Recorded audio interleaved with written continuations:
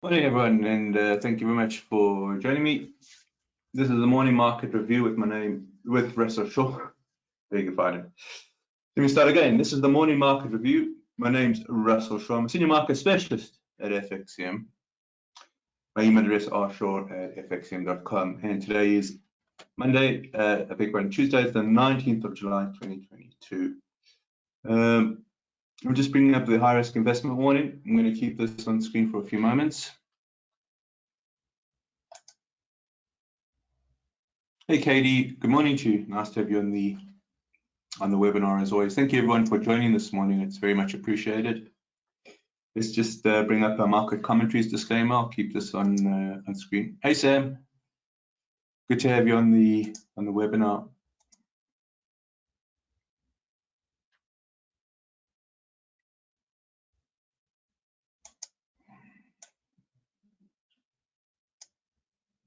I'm gonna meet Howard later today. Howard's a regular. He's not on our webinar at the moment. He lives sort of in an area called the Midlands, which is KwaZulu-Natal area. He's up in Johannesburg for a billiards tournament. I'm going to catch up with him, so I'm looking forward to that. Going to have a cup of coffee and we'll just have a chat. Hey Anna, nice to have you on the webinar. Our reference is MarketScope 2.0. I'll pass on your regards, Anna. All right, so we've got our references, MarketScope. We're going to start off with our CNBC.com article, and then we'll possibly look at TradingView. We know that just in terms of TradingView, we know that the yield curve is inverted. The longer it stays inverted, the more dire the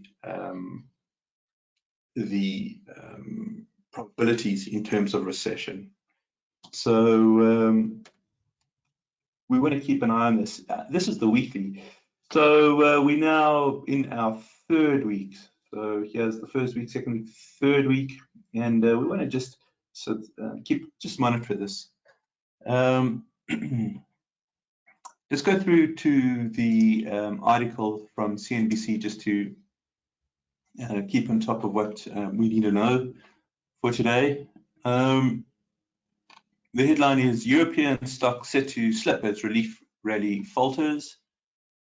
European stocks are expected to fall slightly on Tuesday as the relief rally seen in the previous two sessions is set to lose momentum.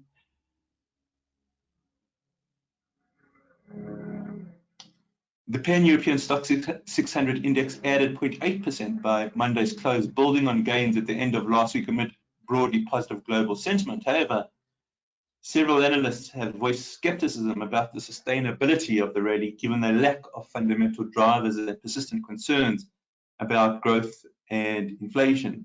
Incidentally, we've seen the banks release in the US. Disappointing there. Today we're going to get Netflix, right? So if you guys recall, Netflix, their last quarter, they had, I think, 200,000, a net 200,000 subscriber decline. So markets are efficient, information is inefficient. There's an immediate repricing, and Netflix just got hammered after that. So we'll see what happens when they report today. All eyes this week will turn to European Central Bank policy meeting in Frankfurt on Thursday, with policymakers having given advance notice of its first hike in 11 years, but facing a backdrop of slowing growth amid the war in Ukraine and subsequent threats to energy supplies. We spoke about that on our podcast, which I put on our Telegram channel. Nick spoke about that.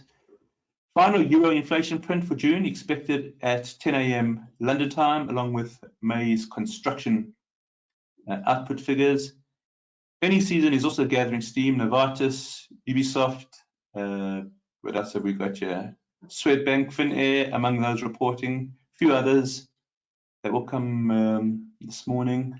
Political instability has also returned to prominence, with the UK Conservative Party leadership contest entering its 4th round of ballots among MPs as the remaining candidates seek to succeed Prime Minister Boris Johnson. Meanwhile, Italian Prime Minister Mario Draghi last week had his resignation rejected by President Sergio Mattarella, having offered to step down when one of the parties in his coalition government boycotted a confidence vote in a new wide-ranging policy package. That's the end of the CNBC note. All right.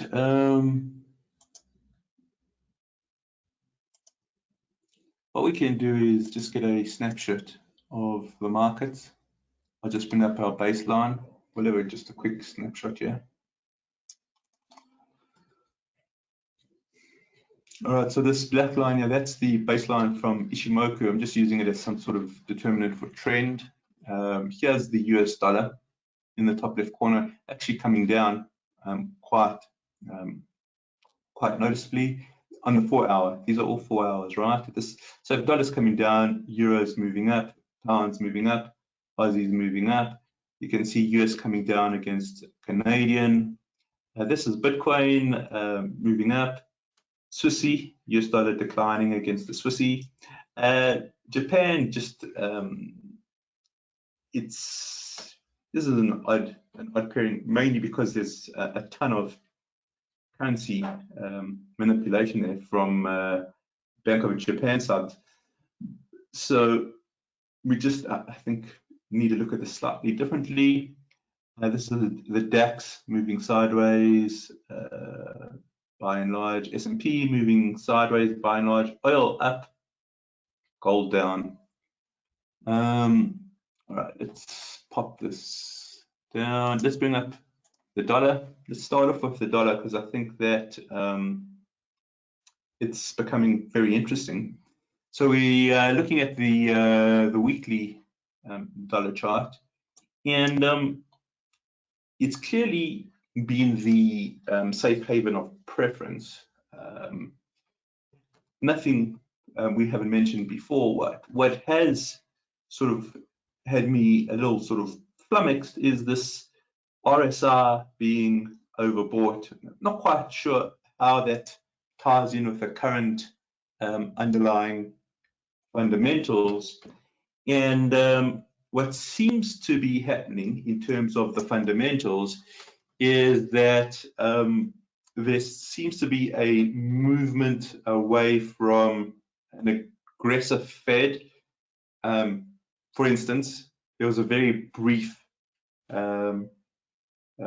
expectation, of 100 basis points that was subsequently talked down by Waller, was talked down by Bullard. Retail data came in quite soft, housing data soft.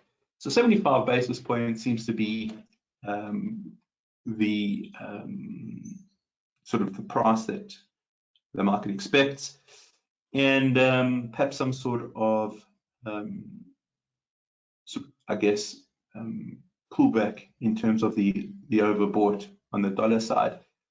Again, I think that's healthy for the US dollar. The overbought condition would put in a ceiling.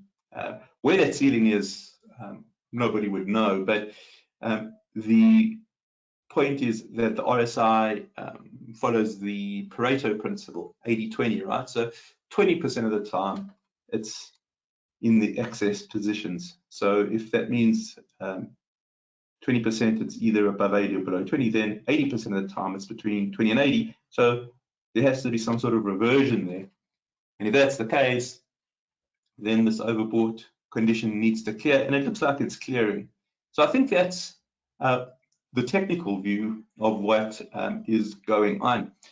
Now, there's a very pertinent question to ask here, and the question is, how aggressive can the Fed be going forward? How aggressive can the Fed be going forward? I think this is probably a good time to bring in TradingView. Let's just bring that in. I did notice a lag with my TradingView, so hopefully that's cleared.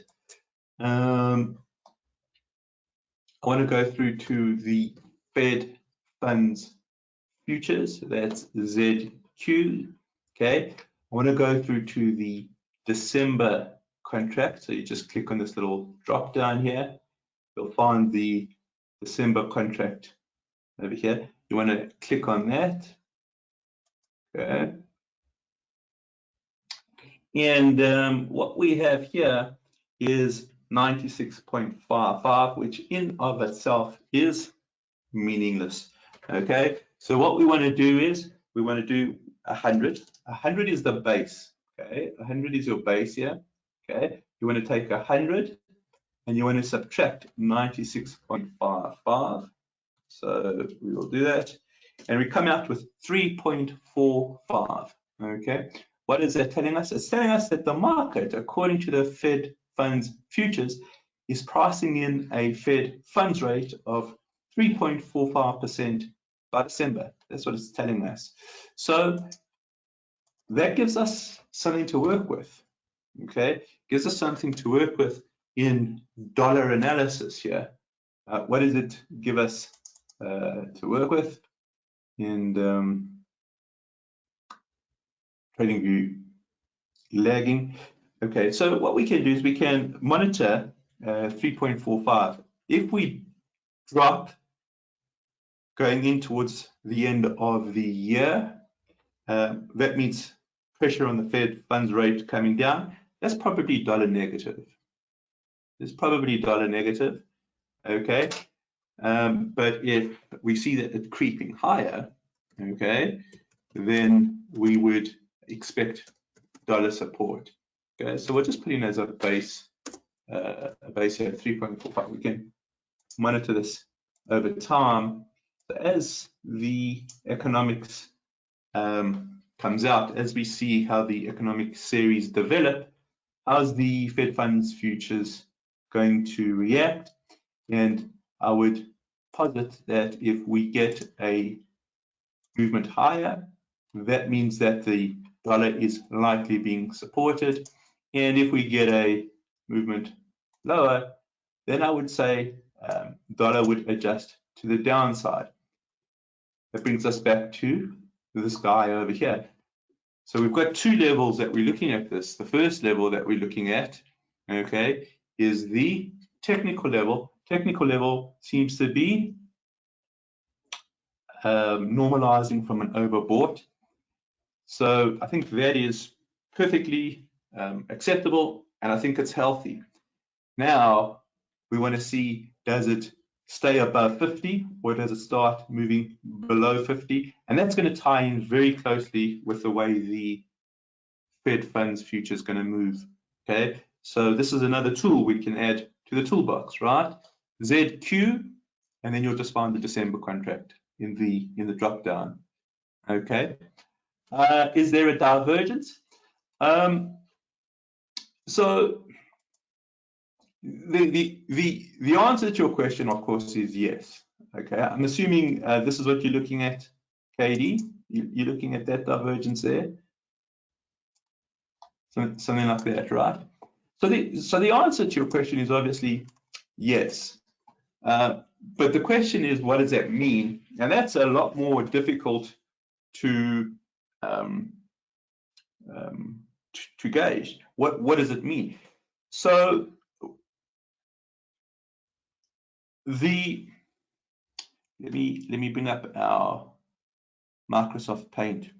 Divergences in of themselves might just be, and I would say most often than not, are probably just indications that we're going into our corrective modes. When we reach a peak, the divergence signaling a reversal. Okay, so we probably, I mean, this is obviously very theoretical, but I would suggest most of the time you get a divergence in a trending market, you're probably just getting sort of the swing high. Probably just getting the swing high, except when it's due to reverse. Now, the problem with that, of course, Katie, is none of us will know a reversal until after the fact. And the reason for that is because we would use trend analysis to pick the reversal. In other words, what we would be looking for is the peak, okay, the trough, okay. Then you would have to get the lower peak, and still, even at this point, we don't know that there's a trend reversal. It's only when we get the fourth point that we know there's a trend reversal, because then we've got the lower peak, and once it crosses below the trough, well, then we've got the lower trough. That happens well after the peak. In other words, and this ties in with what we said yesterday, so that, of course, we need to know the space where we are operating in. So, again, coming back down to the weekly dollar chart, what does this mean for us? Does it mean a swing high, or does it mean actual trend reversal? And I don't know. Okay, I don't know, and I think that there are. That's the whole debate that's taking place in the market currently. Where are we in terms of the dollar cycle, given the Fed's hiking cycle, given the introduction of weak economic data, such as the housing data, such as the retail initial unemployment all creeping up. And again, I think we mentioned that there's probably a part of the market that suggests that the Fed doesn't have the room that it thinks it has in terms of doing the amount in approaching their monetary policy as aggressively as they have. However, what happens if it's just an indication of the swing high? In other words, what happens if we get the next leg? And I think that ties in quite nicely with this guy here. I think it ties in quite nicely with this guy here. So we can kind of measure the Fed funds rate. In other words, if it starts moving this way, if the Fed funds rate starts moving this way, then we have more of a chance. We have more of a chance that this is a meaningful divergence of a top. But divergences for me are the least important part of the analysis. For me, some people would give it more importance, and I would concede that. I'd concede that. Why have I picked the December contract? It just seems to be the contract that the market is focusing on, Anna.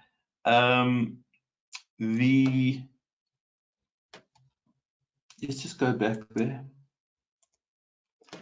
Let's go through to the one after December.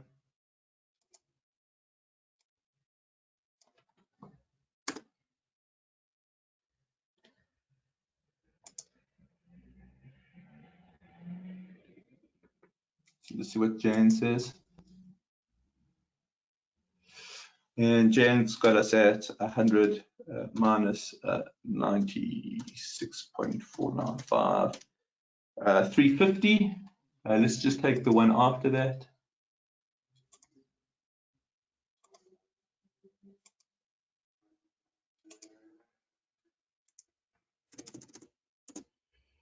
Okay, let's take the one after that.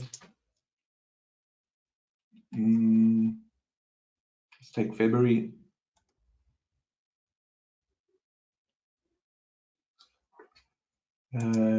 One second. Let's take June next year. Just want to see something.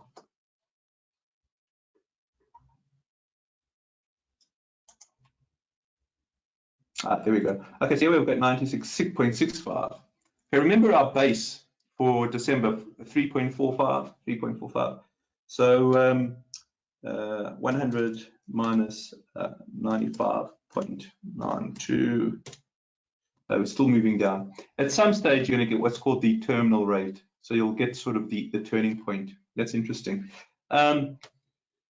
So you could pick any one of these. And you can just measure how they move against 100. The information is going to be similar. If there is some sort of movement up or down relative to your starting point, you'll pick up the general market feeling. December is 6 months away from us. The further out you go, Anna, the further out you go, the more uncertain you are, right? I mean, you kind of, if you go far into the future, the chances of you being correct with your forecast is minuscule. December, I think, is a decent forecast period. It's still a forecast.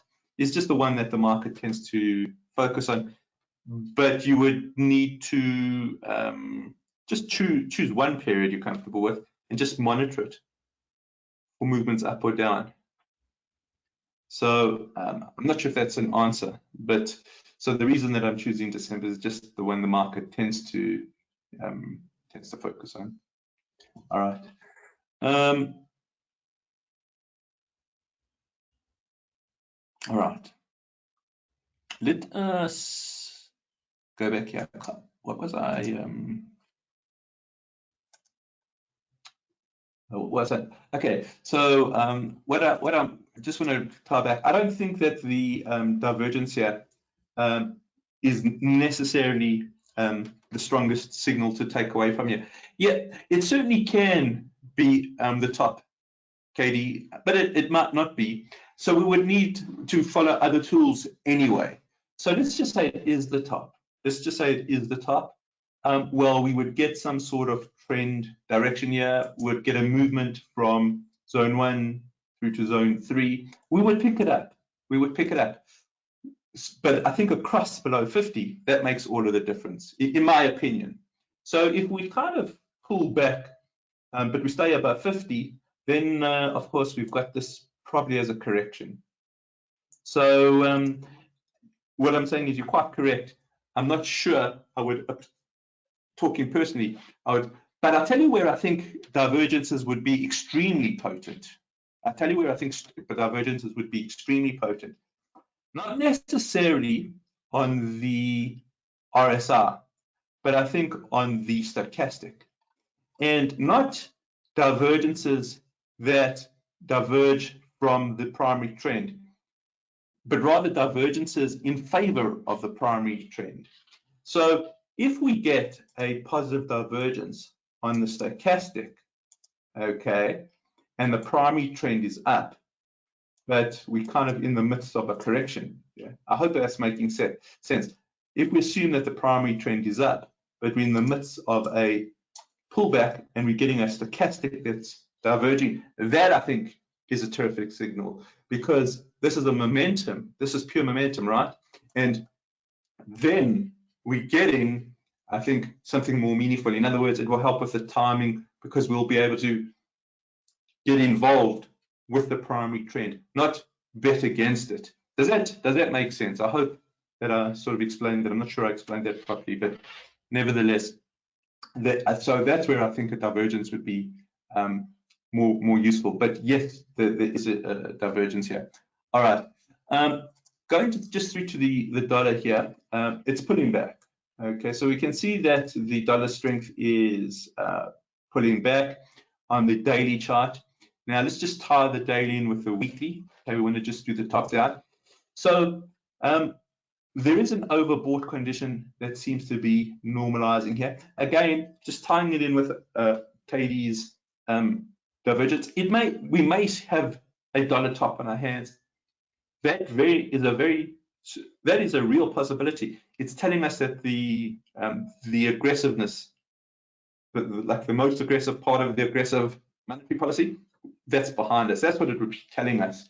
So now we'll just have to follow it on the daily chart. So we've got the daily chart, which is now moving from our zone 1 into zone 2. So that's weakness on the dollar. That's weakness on the dollar ahead of the ECB meeting. All right. Next week, Wednesday, FOMC meeting. So this pullback might be a setup for that. We just want to keep an eye on that. So the idea here is, okay, to monitor this. Do we get a movement from zone 1 to zone 2 to zone 3? Okay. If we get a movement from zone 1 to zone 2 to zone 3, then we turn to the Bollinger's. Do the Bollinger's start showing a trend direction? Well, then this is probably meaningful. This is probably meaningful. And I'm saying, is there a divergence here? Yeah, there probably is a divergence here as well. Again, you know, the idea here is, for me, they not really a part of the way that I look at the markets. Yeah, I wouldn't dismiss them. And again, if somebody's using them to their profitability, go for it. So yeah, there is this divergence here on the RSI. Yeah, it looks like there's a divergence here on the stochastic. I think there is room for dollar weakness here. I think there is, but I think that the weakness for me first is going to be considered a correction. I could be wrong, okay, but then it needs to prove itself. So first, it would be a correction. Failing that, it becomes a reversal. So in stages, not predicting, no predictions. We react, okay? Divergence is not part of our webinar system. Again, we look at them, we look at them, but I mean, how many times have we really used them? And I mean, they've come up now and again because I think there is a merit to them, but it's not really something that is all. I don't think it's all that. In my experience, I think there's. Let me put it this way: in my experience, I think there's a lot more practical tools to use in divergences, because how do you know if this is a swing high or a reversal? We don't. All we know is that there is some sort of weakness that's creeping in. I don't know if this is weakness because we've reached the swing high.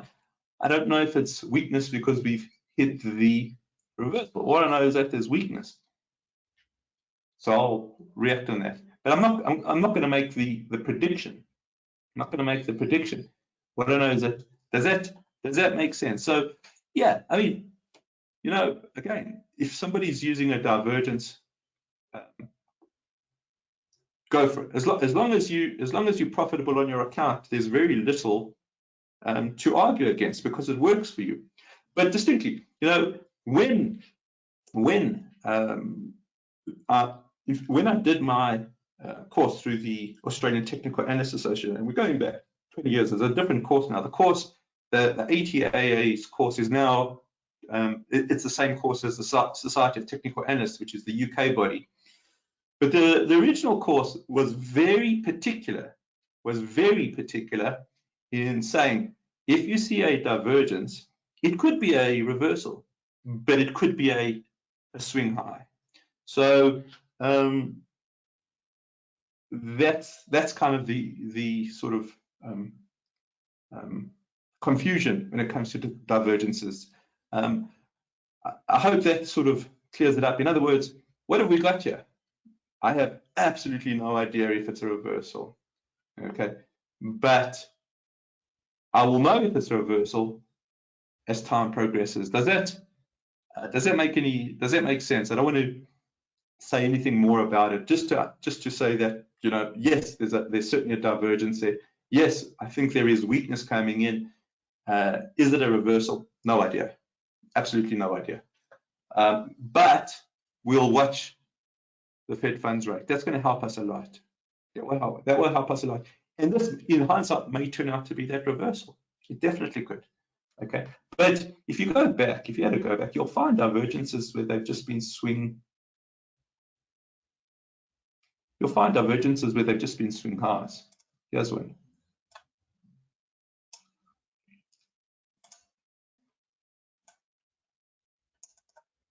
See that? And there's a divergence here. Okay, what does that get us? It gets us a week of weakness. Gives us a week of weakness, right? And then it moves up again. Yeah, you know. Now, I don't know if there were any analysts calling for the end of the dollar over here, but if they were clearly wrong, right? Same story here. You know, eventually you'll get it right. Eventually you'll say the divergence is the end of the trend. Well, if you've called the end of the trend for the last 10 swing highs, you know, then you're probably right. But we don't know. We don't know. So that's the issue with divergences. Okay. All right. Let's go here. So we've got, yes, we've got the weakness. I think we have got the weakness settling in, and I think that is confirmed. I think that is confirmed by our daily. How does it help us as traders? How does it help us as traders? Here we go down to the Audis, top down, right? So we can see that the dollar here. Here's our trend following indicator crossover. Here's our momentum crossover. Okay. Now, if we get the stochastic heading here, now we've got something to work with. We're not talking about divergences. Now we're talking about momentum. Now we're talking about something that's tangible in the market. You know, the divergence, more esoteric, right? But now, if we get down to that 20 level and it holds, well, look what happens. That's where the magic happens. Okay, look what happened last time the dollar hit the 20 level.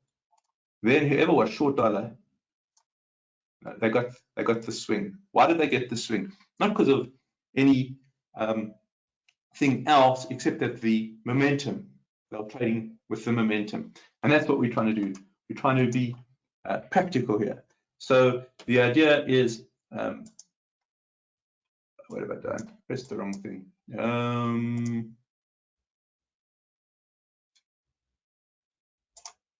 Okay, so we want to be practical. So we can see that there is certainly a weakening of the dollar. We can see that.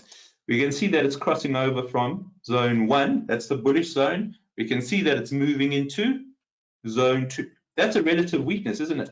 If you're going from strength to neutrality, that's really a step back. Dollar taking a bit of strain on the daily. Now, to trade this, it's only going to work out if the momentum's in your favor. So if someone puts in a trade, there is still a real chance of failure, okay? And that will happen if the momentum doesn't work out. That's why you've got to have a stop loss. That's why you've got to have money management, okay? So now let's go through to euro, because we know if dollar is weakening, then euro is probably strengthening. Now, euro is going to be a very interesting pair to watch going into Thursday. It's going to have a very, very interesting movement going into Thursday. First of all, I think we're going to get the CPI today. Okay, so Euro CPI, Euro, and that's coming out in just under 2 hours' time. You're going to get your inflation. It's forecast at a massive, now for Europe, this is almost laughable, 8.6% year on year. That's huge for Europe. Good grief, 8.6%. So let's just say we hit that 8.6%. What's the ECB going to do this week? So we were expecting 25 basis points. Can they surprise the market going higher? I very much doubt it. But never say never, right? I think that there is a distinct resistance to, resistance not the right word. I think there is a barrier to going higher than 25 basis points, and that is because of the fractions within the euro area, right? There are some countries that, of course, would welcome a 50 basis points. There are some countries that certainly don't want a 50 basis points, but they are apparently going to reveal some sort of tool to deal with this fractionation is a fractions, fractions. Okay, so let's just take a look at what's happening here. Now this is a bear trend through and through. Okay, however, there does seem to be obviously some sort of bullish expectancy going into ECB. The CPR coming out in just under 2 hours is going to be vital here, right? Go through to the daily. Okay, we've got relative strength here. We've got relative strength here. It's moving from zone 3 into our neutral area. Neutral area in of itself, it's not trending, but a movement from weakness into neutrality in a relative basis is a step forward. Go through to the hourly. Take a look what's happening here. Okay, we've got a movement on our trend following indicators. Okay, we've got a movement on our momentum. Will this work out? No idea. For it to work out, it has to hit 80 and hold. It can't hit 80 and then fall out. That's not going to work out for us. It's got to hit the 80 and hold. There's the momentum. That's where the magic happens, right? So you take a look here. Okay, there's momentum. There's your swing. Okay, so that's what we're looking for now. It's a high risk trade, so bear that in mind. Is it guaranteed? Absolutely not. Stop losses, money management, no discussion about it. Has to be, right? So you can see that there is some movement that's happening ahead of the ECB. The big deal here is these could be trades within longer term corrections. Okay, in other words, these aren't the big ones. Okay, the big ones would be when the primary trend reverts. Okay, so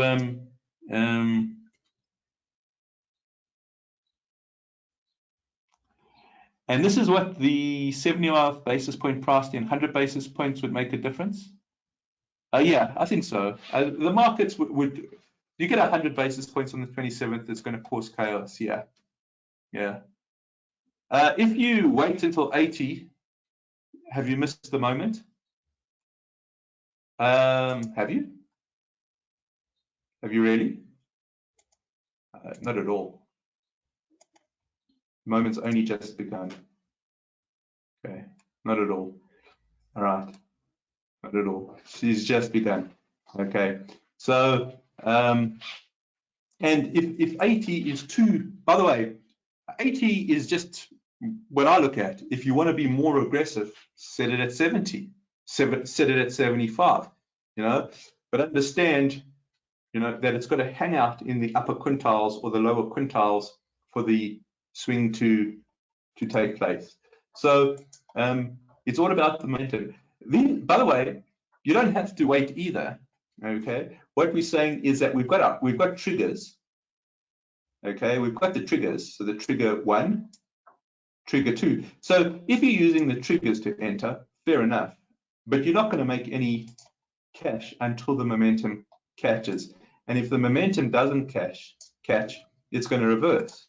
And if it reverses, you need a stop lossing as a safety. But you need that. You need money management with that, because if you've gone all in and you've got a stop loss, well, you're still going to make a huge loss then, right? So you've got to have a total risk management plan. Waiting for the stochastic to move into an extreme level isn't what's going to determine the success of the trade. What's going to determine the success of the trade is whether or not it hangs out in the extreme level. If it hits 80 and drops out, no good. That's not going to be a successful trade. If you short and it hits 20 and then pops out, no good. You're not going to make the trade. But if it hits 20, okay, and then hangs out and you short, hey, you've just made a killer trade. Okay, so the idea is no, you won't. The movement into the extreme is not going to make or break the trade. What's going to make or break the trade is the length of time it stays extreme. Does that make sense, Anna? Very, very sort of subtle point, but an important point. And again, you don't have to have that 80. You can be more aggressive. No, you can be more aggressive. But it's a two trigger system. But those triggers themselves, those are your timing mechanisms, but they don't determine your success. Okay, it's the momentum that's going to determine your success. And you've got more chance of a success when your shorter term trades line up with your longer term trends. And that's not the case now. These are all counter trend. They're all counter trend. Why are they all counter trend? Because we don't know if the trend is changing. That's exactly the discussion we had at the beginning. There is this divergence. Is it suggesting a trend change or not? I don't know. Let's just assume that it is. Let's just say it is signaling a trend change. Well, then by sort of sheer luck, you're catching the first trade of the new trend. That's sheer luck. Do you know what I'm saying? It's certainly not going to be that way all the time. But if it's just a correction, then invariably this trade will run out of puff before the trend resumes. Does that make sense? So again, this at the moment is counter trend, and the reason it's counter trend because we don't know if we've reversed or not. We just don't know. We might have, but we might not have. All right. Any questions about what we've discussed this morning? Tomorrow is going to be a shorter.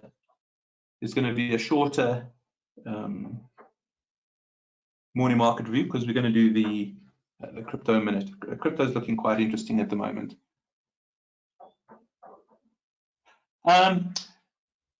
Good question here. Would a dollar trend change mean that the Fed will not be raising in the future? Not necessarily. Not necessarily. Let's just bring up Microsoft Paint. It's what you're actually asking there, Anna, is the whole conundrum of discounting. Whole conundrum of discounting. It comes down to this formula. Okay, this formula hopefully explains it. We've looked at it before. Present value, okay, equals, let's just call it dividends for now, some sort of cash flow, divided by, yeah, I'm going to try to sort that out for you right now. We're going to fix that up for you right now. Okay, so because the question's a good question. 1 plus, let's just call this interest. Let's call it interest hikes for this example. Okay, and we're not even going to put in any power. We're not going to put in any. We're not going to put in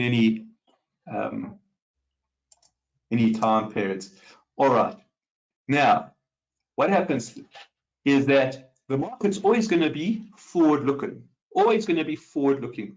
The prices that we see in the market now are based on expectations on the futures, not the past. The past doesn't count anymore.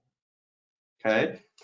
If you decide you want to buy Netflix, just don't take this as buy or sell advice. I don't know what Netflix is going to come out with in the results, but let's just say you buy Netflix. You're buying it not on its past. You're buying it on what you expect from it in the future. Okay. In other words, your price that you're prepared to pay today, the price you're prepared to pay today is based on what you expect from the company in the future.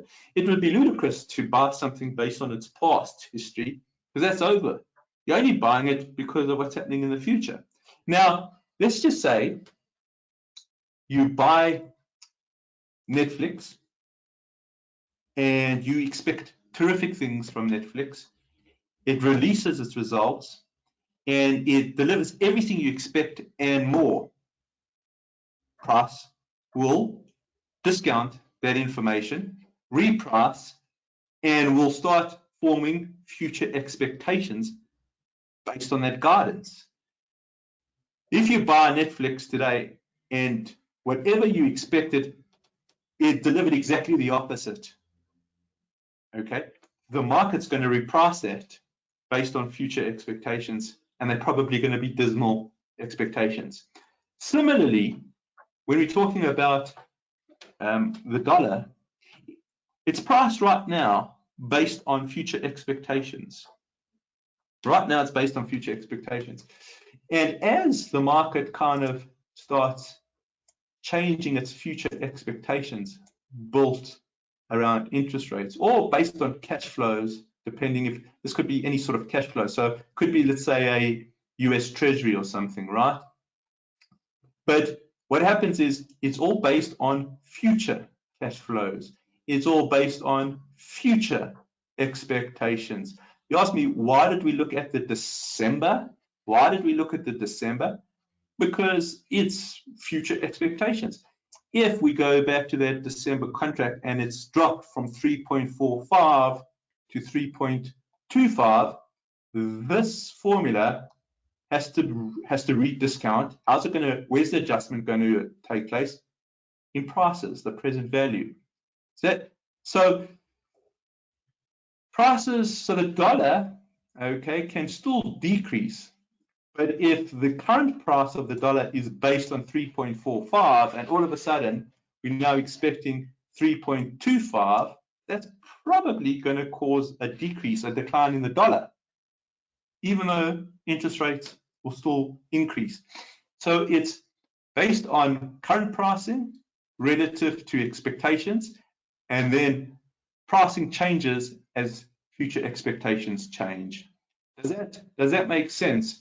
By the way, it's not only future expectations. Just to kind of, there's 4 variables. There's effectively 4 variables that are going to be used in a discount, in a price. Okay, think about it. The first one we've mentioned is expectations. How do expectations change? Because as they change, it's going to affect the value. Expectations. That's number 1. Expectations. Number 2, risk. Does risk change between now and tomorrow? If the risk change, is it heavier or lighter? If it's heavier, do I need more? Do I need less? Okay. Benefits. Future benefits. Future benefits. What do I mean by future benefits? Well, if you're buying something and you're expecting dividends or some sort of interest payment in the future, that's a benefit. I've always found that equity is probably the best example to use just when we talk about this stuff. If you buy a company, so let's just say you're approaching retirement, you buy into a blue chip company that is just solid in its dividends, absolutely solid in its dividends. That's a benefit. What happens if that benefit changes? What happens if it announces we are suspending our dividend program? What happens if it says we're increasing the dividends that we pay? How's that going to affect pricing? Understand? What about costs? What about costs? So these are the 4 things.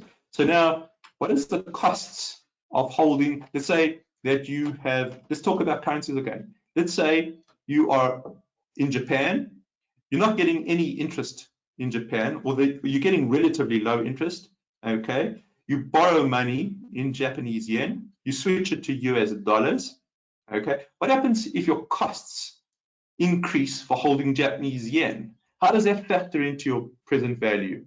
And let's just say the costs increase tomorrow. How does that change your discounting?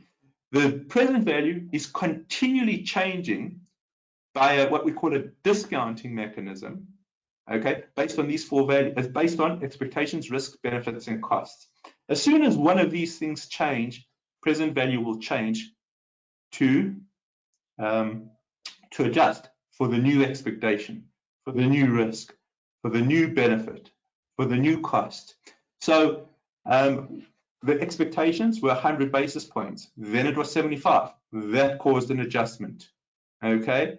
Interest rates in Europe look like they're going to be increasing on Thursday. Well, that's going to, what happens if it's 50 basis points? Well, that's going to change costs. That has to be changing in your present value. It all comes back to this formula based on these four things. That's what discounting is. So the December contract can change over time. It can change minute by minute by minute based on expectations, risk, benefit, and costs. When those four things change, okay, then your present value is going to change continuously. As we're speaking, the market's discounting new information that's just been released. Okay, in 2 hours, we're going to get less than 2 hours. In 1 hour, 25 minutes, we're going to get the CPI. When that comes out, expectations, risk, benefit, costs going to change. That's going to affect present values somewhere in the market. That's what discounting is. That's what discounting is. It's all about future expectations, future risks, future benefits, future costs. When those change, present value has to change. Does that make sense, Anna?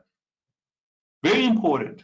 You must, if we spend a whole webinar on this, we must clear it up. It comes down to these four every single day, every single hour, every single minute. Okay, and this is what analysts spend their all time doing. And then we wonder why analysts get it wrong all the time. Constant calculations, 100%. Constant calculations. Okay, so yeah, the dollar trend can change. Katie's divergence can be a trend change. It may be a trend change. I don't know, but it's based on future expectations, future risks, future benefits, future costs, and the present value adjustment. All right. I hope that makes sense. I think we've done plenty for this morning. Any questions before we log off?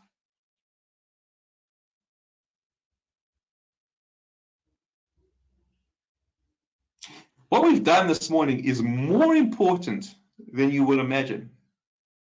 What we've done this morning is the entire basis for pricing in the market. The entire basis for pricing in the market. Trust me on this, okay? And the reason it is because the derivatives market, the fixed income market, is priced on something called the law of one price, the no arbitrage principle, based. What's it based on? Expectations, risks, benefits, and costs. This is everything in the markets, what we've done this morning. But nevertheless, we'll do it again if we have to. All right, guys, let's log off at this stage. We've done plenty. Thank you very much for joining this morning. We'll do it all again tomorrow. Shorter tomorrow, then we'll go into the crypto minute. Thanks, guys.